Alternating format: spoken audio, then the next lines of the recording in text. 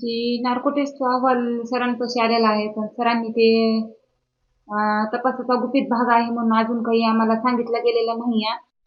पण जोपर्यंत गोट्या-गित्ते सापडत नाही, तोपर्यंत तर या केसमध्ये काहीच होत शकत नाही. आता तर मला असं वाटतंय, की गृह खातं आणि म्हणजे हे सगळे एस-आय-टी हे एक ते म्हणतात ना माकडाच्या हातात चॉकलेट दिल्याप्रमाणे त्या प्रकरणात म्हणजे असं काहीच मला आज तर पंकज कुमार सरांना बोलून वाटलं, की म्हणजे मला तर न्याय भेटत नाही. जे माझा पहिला जे म्हणजे इथल्या स्थानिक पोलिसांनी जे केलं, तेच मला पंकज कुमार सरांच्या तोंडातून ते आज बाहेर आलं त्यांच्या आणि मला एवढं म्हणजे एवढं हे झालं ना, मी एवढा संघर्ष करून बी म्हणजे माझ्या नवऱ्याचे आरोपी बाहेर येत नाहीत.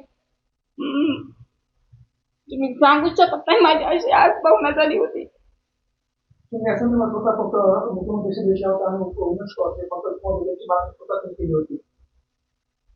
हो, सगळ्यांची मागणी केली.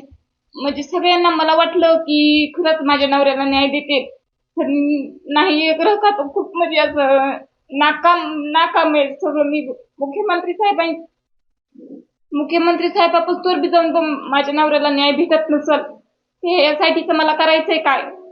मी अगोदरच म्हणलं होतं, की जोपर्यंत न्याय भेटत नाही तोपर्यंत माझा संघर्ष राहणार. पण यापुढे मी काय संघर्ष करू? हे मला प्रश्न पडलाय आता. असं काय